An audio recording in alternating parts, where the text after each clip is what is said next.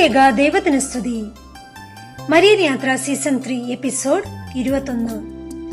ദൈവപുത്രനെ ഉദരത്തിൽ വഹിക്കുവാൻ സമ്മതം മൂളുകയും ആ നിമിഷം മുതൽ കാൽവരി കുന്നിൽ നിന്നും തന്റെ പൊന്നോമന പുത്രന്റെ ചേതനേറ്റ ശരീരം മടിയിലേറ്റു വാങ്ങും വരെയുള്ള ഓരോ സഹന നിമിഷങ്ങൾ നാം അത്യന്തം ചിന്തിക്കുമ്പോൾ സമാനമായ ജീവിത സാഹചര്യങ്ങളിലൂടെ നാം കടന്നു പോകാറുണ്ട്.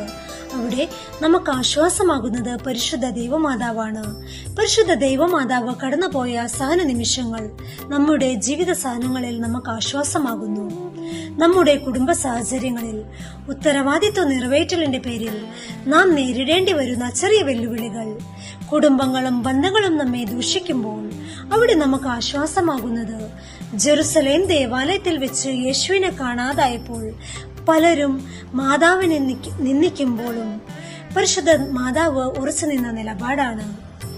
നമ്മുടെ യുവമക്കൾ, ജീവിത പങ്കാളി, അവരായിരിക്കുന്ന ജോലി സ്ഥലങ്ങളിൽ നീതി നടത്തിപ്പുകളെയും സാഹചര്യങ്ങളെയും സമൂഹം നിന്ദിക്കുമ്പോൾ അവിടെ നമുക്ക് ആശ്വാസമാകുന്നത് ദൈവരാജ്യത്തെക്കുറിച്ച് പ്രസംഗിച്ചും രോഗികൾക്ക് സൗഖ്യം നൽകിയും സഞ്ചരിച്ചു കൊണ്ടിരുന്ന തന്റെ പൊന്നോമന പുത്രനെ നിന്ദിച്ച് അപമാനിച്ച് മാറ്റി നിർത്തിയപ്പോൾ അസ്വസ്ഥമാകാതെ അതെല്ലാം തന്റെ ഹൃദയത്തിൽ സംഗ്രഹിച്ച് ഗാഢമായി ചിന്തിച്ചുകൊണ്ടിരിക്കുന്ന പരിശുദ്ധ ദൈവമാതാവാണ്.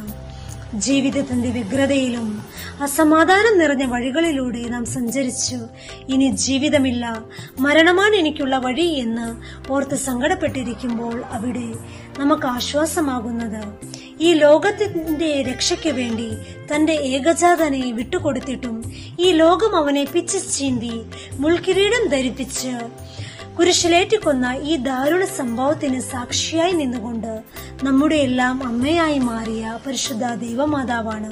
പരിശുദ്ധ ദൈവമാതാവ് അന്നും ഇന്നും നമ്മുടെ അമ്മ. തമ്പുരാനോട് നമുക്ക് വേണ്ടി മാധ്യസ്ഥം അപേക്ഷിക്കുന്ന അമ്മ, നമ്മുടെ ആശ്വാസം മാതാവ്, പരിശുദ്ധ ദൈവമാതാവ്.